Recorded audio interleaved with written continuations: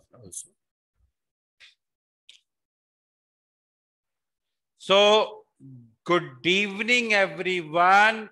Today we are going to start a very important chapter, perhaps one of the most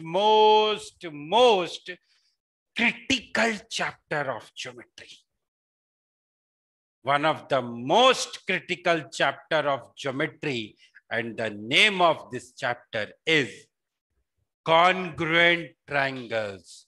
अगर आप इस chapter को ध्यान से देखो तो the chapter can be divided into two parts.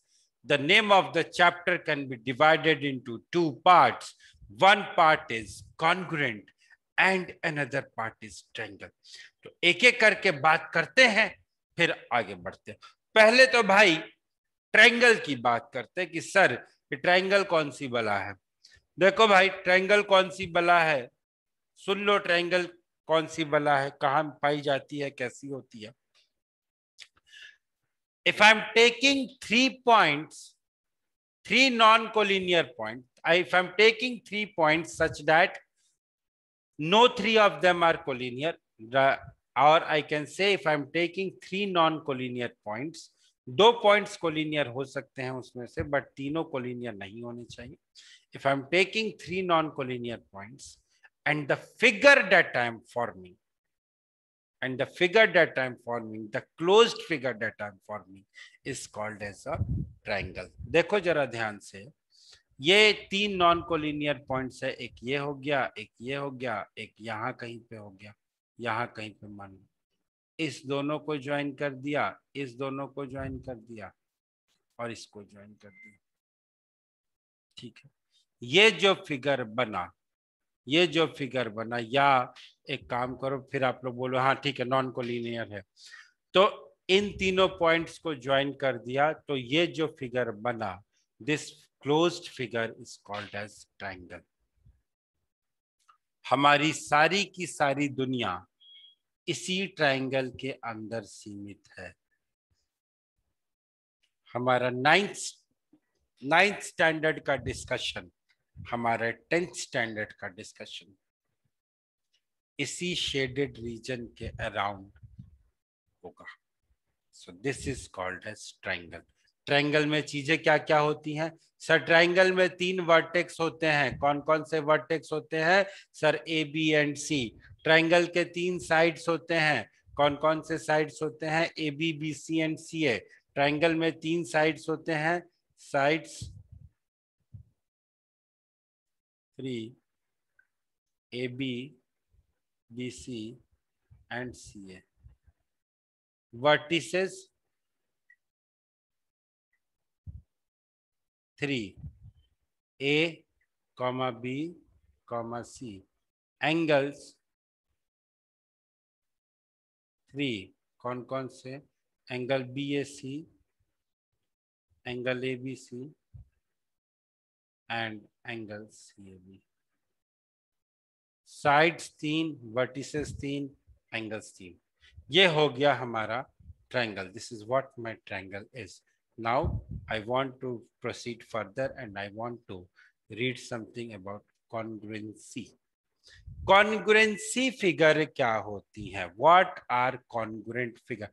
Congruency, the word congruency means exactly equal.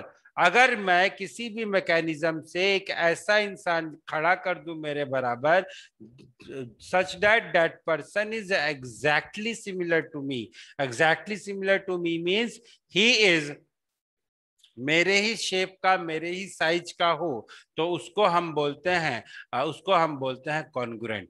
100% magnification gives me a congruent figure. 100% magnification gives me a congruent figure. इस बात को याद रखो. The figures are called congruent if they are of the same shape and same size.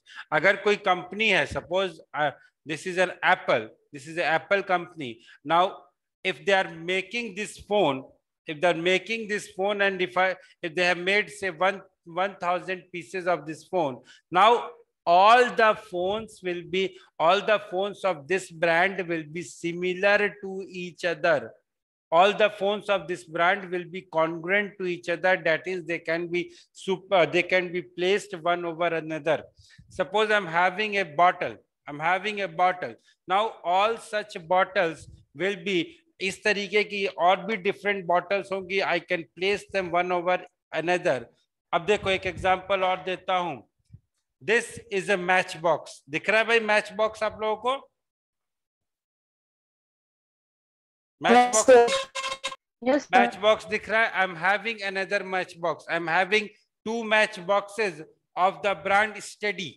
I am having two match boxes of the brand study. Now what I have done is I have placed them one over each other. अब देखो जरा सामने से देख के बताओ, how many match boxes are there? One. It appears that there is one match box, क्योंकि जो दूसरा वाला है वो उसके पीछे छुपा हुआ है. You can't say that उसके पीछे छुपा हुआ. In fact, what you will say that there is only one match box, because देख के हम नहीं बता सकते, because the two match boxes are identical to each other. अब identical to each other ये हम कैसे बता सकते? देखो इसका जो इसकी जो डायमेंशन है, इस मैच बॉक्स की जो डायमेंशन है, इस वाले की जो डायमेंशन है और इस वाले की जो डायमेंशन है, वो दोनों की डायमेंशन सेम है. एक और एग्जांपल ले लो. मैं luckily I am having some examples today. एक और एग्जांपल ले लो. ये देखो मैंने दो माचिस की तीलियां निकाली. I took two matches की तीलियां. Now these two matches की तीलियां are exactly similar to each other, are exactly congruent of each other. This is the concept of congruency. एक कंपनी के द्वारा बनाया हुआ एक फोन, एक कंपनी के द्वारा बनाया हुआ एक पंखा, एक कंपनी के द्वारा बनाया हुआ एक चेयर. मेरे पीछे जो आपको किताबें दिख रही हैं, एक ही पब्लिशर के द्वारा लिखी गई एक ही किताब का एक same volume. The two are congruent to each other. The two are congruent to each other. So this is the fact. This is the reason behind congruency. The figures are congruent. These figures are said to be congruent. अब ये तो हो गया, लेकिन अब वही बात आती है कि सर हम एग्जाम में कैसे लिखेंगे? एग्जाम में मैं कैसे लिखूंगा कि how I will find whether the two figures are congruent or not, और what is the relevance here? अगर मेरे पास चैप्टर का नाम कॉन्ग्रुएंट ट्रायंगल है तो सर मैं कैसे क्वेश्चन सॉल्व करूंगा कॉन्ग्रुएंट ट्रायंगल का? I am interested in knowing that. यार कहाँ आप क्या कहानी सुना रहे हो मेरे को, माचिस और ये सारी चीजें? मुझे ये जानना है कि मैं कैसे कॉन्ग्रुएंसी पता करूंगा. तो कॉन्ग्रुएंसी कैसे पता करते हैं, कुछ एग्जांपल्स और देख लेते हैं, उसके बाद बात करते हैं. देखो यहाँ पे दो स्टार दिख रहे हैं. मुझे नहीं पता कि दोनों स्टार्स कॉन्ग्रुएंट है कि नहीं है. मैंने क्या किया, मैंने एक स्टार को उठा के दूसरे स्टार के ऊपर पुट कर दिया. देखो मैंने एक स्टार को उठा के दूसरे स्टार के ऊपर पुट कर दिया. जब मैंने एक स्टार को उठा के दूसरे स्टार के ऊपर पुट कर दिया, what I found that the two stars are congruent to each other. जब मैंने एक स्टार को उठा के दूसरे स्टार के ऊपर पुट कर दिया तो मुझे क्या दिखा? मुझे ये दिखा कि बोथ आर कॉन्ग्रुएंट, क्योंकि जो दूसरा वाला स्टार है वो नहीं दिख रहा है. देखो ना, दिख रहा है क्या दूसरा वाला स्टार? ये तो जाके इसके अंदर कहीं गायब हो गया. तो दूसरा वाला स्टार नहीं दिख रहा है. कोई ऐसा है जो बोल रहा हो कि नहीं सर दूसरा वाला स्टार दिख रहा है मेरे को? So these two figures are called as congruent figure. आगे देखो, ये एक ट्राइंगल है, ये दूसरा ट्राइंगल. अब देखो ये ट्राइंगल जाके इसके अंदर छुप गया.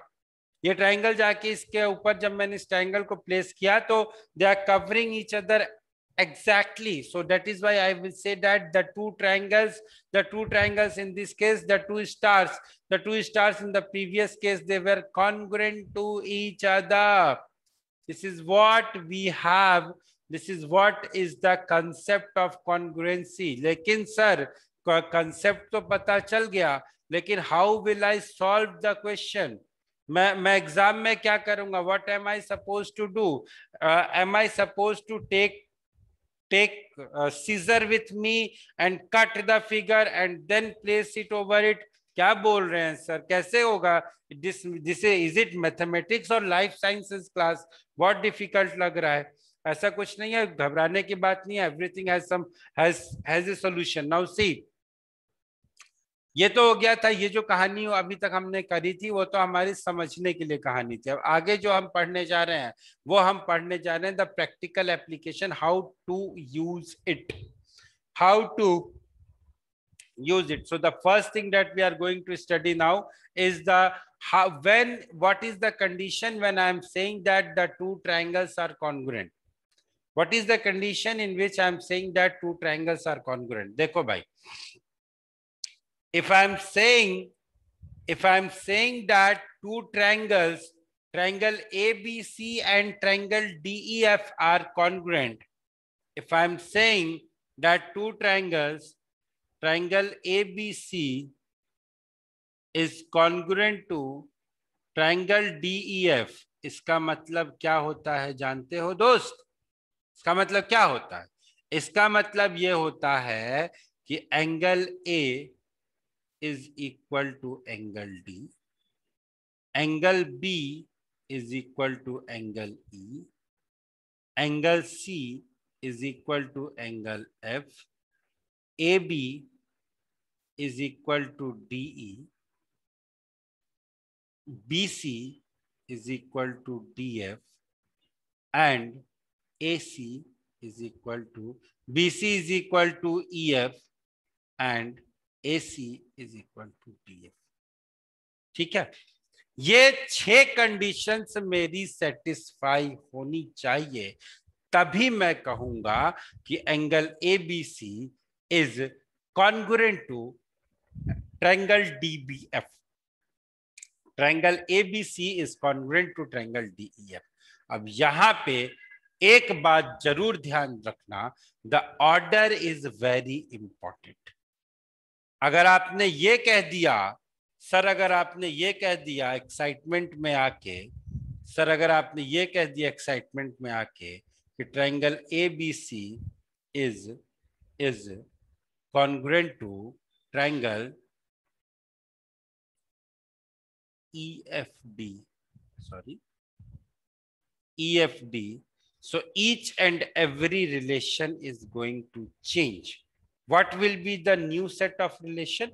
Sir, the new set of relation will be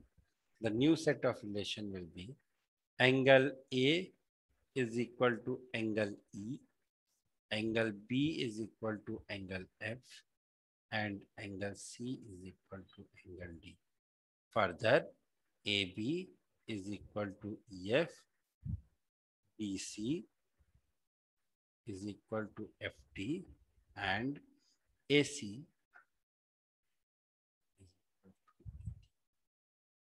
the new set of relation will change.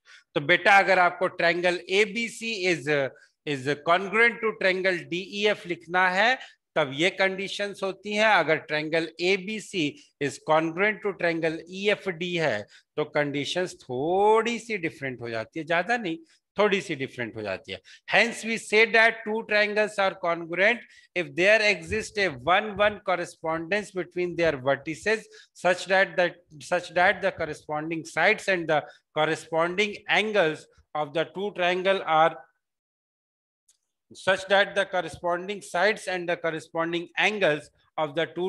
are equal. So there should be a 1:1 correspondence such that the corresponding sides and the corresponding angles are this thing.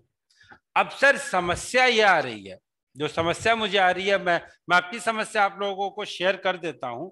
Sir समस्या ये आ रही है मेरे को, है ना, फिर मैं आप पूछूंगा आपसे कि क्या किया जाए. सर समस्या ये आ रही है कि सर हमने पढ़ लिया, ठीक है, कॉन्ग्रुएंसी हमने पढ़ लिया, हमने क्राइटेरिया भी समझ लिया कि सारे ट्रायंगल्स इक्वल होंगे, ये है वो है, दुनिया भर की चीजें हैं. But Jay Pandya, my question is, how will I solve the question? How will I solve the question? Because the problem is, अगर मेरे पास एग्जाम में दो ट्रायंगल्स दिए होते हैं, ट्रायंगल ABC और ट्रायंगल DEF, तो मैं उसे कॉन्ग्रुएंट कैसे प्रूव करूंगा? This is my practical question. और सर, और पांड्या जी, क्लास में एक और एग्जाम में एक और बात कही जाती है, वो ये कही जाती है कि the figure is not to the scale, है ना, the figure is not to the scale. अगर एंगल 60 डिग्री बोला गया है तो जरूरी नहीं है कि वो एंगल 60 डिग्री ही हो. तो मैं कैसे करूंगा, मैं कैसे प्रूफ करूंगा? कोई बताएगा मुझे? मैंने तो जय का नाम लिया, कोई और मुझे बताएगा? तन्मय, आदि, एनीबडी एल्स? हाँ बताइए। Sir, like the congruence of two triangles can be proved based like in four like by four types based on the information given to us. चलो ठीक है, ठीक है। Like one is SSS, the other is SS. Okay, okay, fine, good, great. See, we have some tools for solving, और हम ये बोलते हैं कि अगर मेरे 3 क्राइटेरिया फुलफिल होते हैं, अगर मेरे 3 क्राइटेरिया फुलफिल होते हैं, तो मैं ये कह सकता हूं कि मेरे जो ट्रायंगल्स हैं वो कॉन्ग्रुएंट होंगे। क्या? फिर से समझाइए। ये समझना है कि अगर if I can fulfil my 3 criterias, then my triangle will be congruent, then the two triangles will be congruent to each other. कौन-कौन से criteria हैं sir? What are the 2 things that I have to take care of? See, there are few things that you should and you must take care. The first criteria is SAS congruency criteria. Now, as far as I know, your syllabus does not ask for proof. आपके syllabus में proof की कोई बात नहीं होती है, तो हम लोग डायरेक्टली क्राइटेरियाज पढ़ेंगे। Your syllabus does not ask for proof, तो हम लोग डायरेक्टली क्राइटेरियाज पढ़ेंगे। और क्राइटेरियाज क्या हैं? The first is SAS congruency criteria. मतलब क्या है इसका? क्या है ये SAS? समझ में नहीं आ रहा। कॉन्ग्रुएंसी तो चलो ठीक है, समझ में आता है। SAS क्या है? SAS क्राइटेरिया का मतलब ये होता है, 2 triangles are congruent if 2 sides and the included angle of one is equal to the corresponding sides and the included angle of other. कहने का मतलब ये है, धैर्य कहने का मतलब ये है कि अगर एक ट्रायंगल है, ट्रायंगल ABC, एक ट्रायंगल है ट्रायंगल ABC, और दूसरा ट्रायंगल है, कहाँ गया दूसरा ट्रायंगल? दूसरे इंक से बनाते हैं। दूसरा ट्रायंगल है अगर triangle PQR, if the second triangle is triangle PQR such that क्या? such that ये तीसरे इंक से लिखते हैं, such that ये कि PQ is equal to AB, angle B is equal to angle Q, and BC is equal to QR, such that ये सारी चीजें हैं कि PQ is equal to AB, angle B is equal to angle Q, and BC is equal to QR. Therefore, the 2 triangles are congruent by SAS congruency criteria. SAS congruency criteria का मतलब हुआ मेरे दोस्त, SAS congruency criteria का मतलब हुआ मेरे दोस्त, that 2 sides and the बीच वाला एंगल,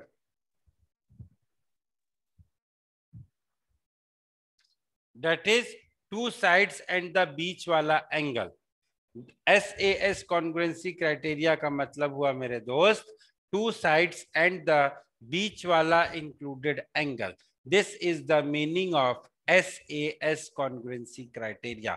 फिर से बता रहा हूं, SAS congruency criteria का मतलब होता है 2 sides and the बीच वाला एंगल। 2 sides and the बीच वाला एंगल।